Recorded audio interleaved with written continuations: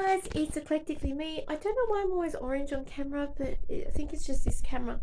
But today we're going to talk about some things as a beginner or as a witch, some tips that I would recommend. Number one, I recommend learning about the moon phases and learning about all the different ways you can use it. I also recommend looking in your backyard and learning the plants that you do have. Learning what you have in your backyard can be very valuable. Like in my backyard, I have eucalyptus trees, I have gum trees. I am in Australia, so I have frangipanis, which I can use in the craft. I can also use my dirt in my backyard, my grass. I can use clovers. I can use dandelions. I can also use them for tea. I wouldn't go collect them from my front yard because you never know, like animals could get into it. But my backyard's a bit different. You can use water from like the full moon, the new moon, all the different phases.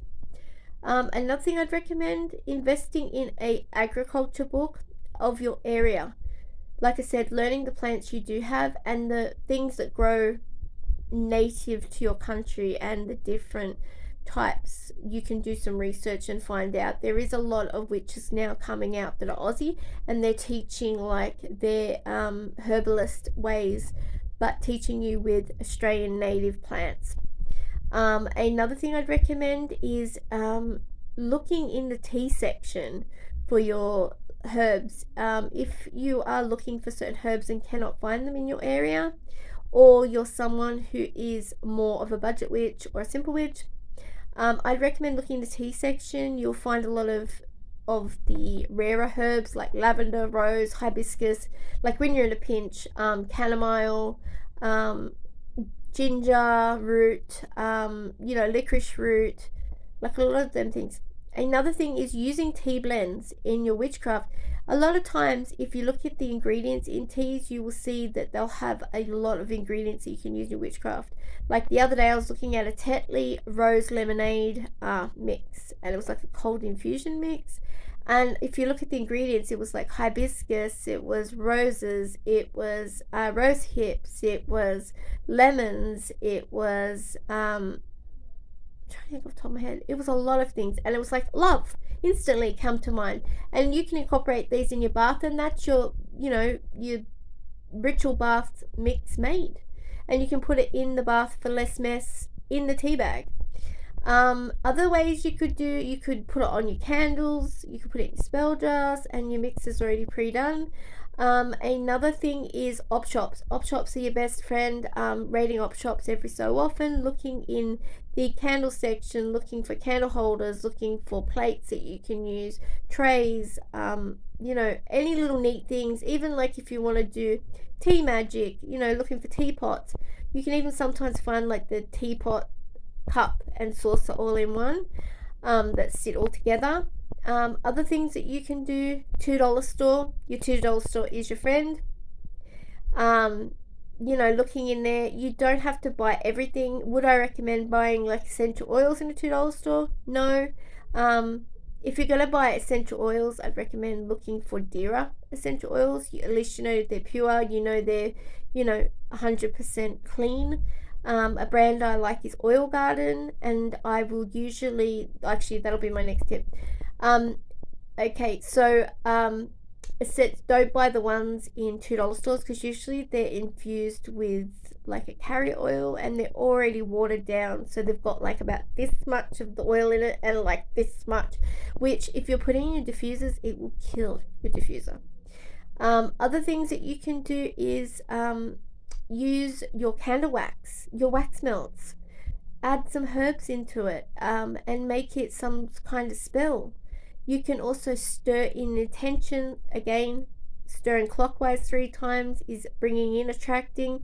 Going anti-clockwise 3 times is banishing. You can also do this with your incense. And like the $2 stores have incense that you can buy. I like the name Champa. You can buy your tea lights in a 50 pack. I do like the IKEA ones the best. You can get Epsom salts, bath mixes. I get lavender from the $2 store.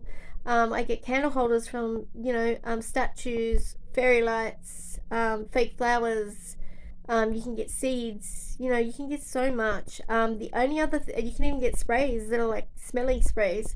The next thing I would recommend is looking at businesses like around the Christmas, Mother's Day type of time. Like I said, with essential oils, I tend to look at the oil garden page. I love oil garden essential oils, and usually around Mother's time, Christmas, any public holiday, they'll have a really big sale on, and they can have 50 to 70% off with free shipping. So that is the best time. And also, like, looking out for vouchers that may be out there, or anyone that's advertising those certain companies on their like Instagram or like TikTok or whatever, they will usually have a coupon code that you can use. Another great thing of doing things a bit easier, growing your own herbs in your backyard. Yes, it can be a learning lesson, and it can be a pain in the butt. Like, I've put so many different herbs down, and this stupid caterpillar keeps eating them.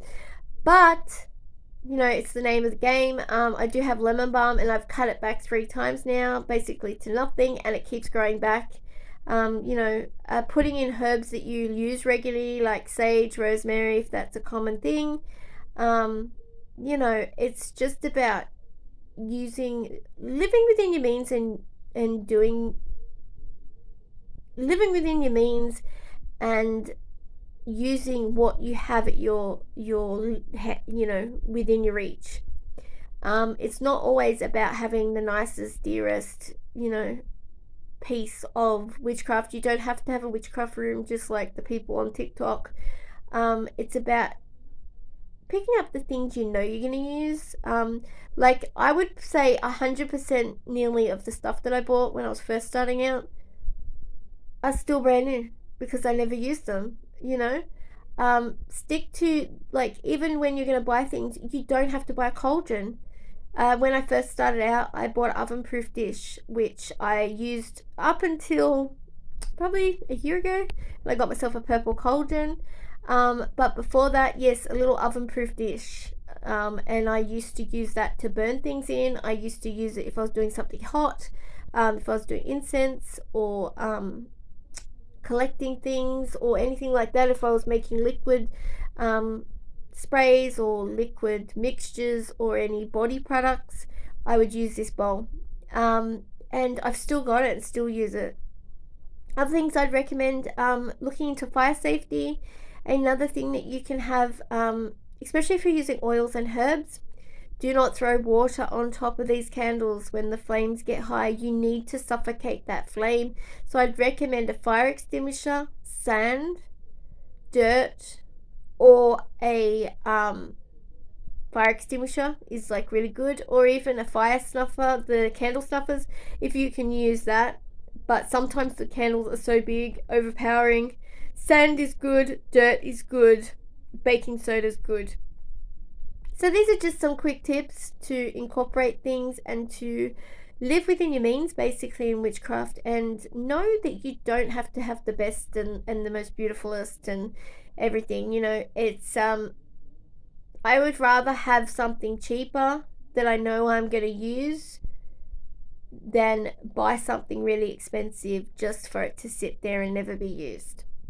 And even, like, another good tip would be learning to make your own products. Like, in my beginners class, we do our own, like, we've made cleansing shower mixes, we've made cleansing shower melts, we've made Florida water, we've made 4 Thieves vinegar, road opener, bath spell.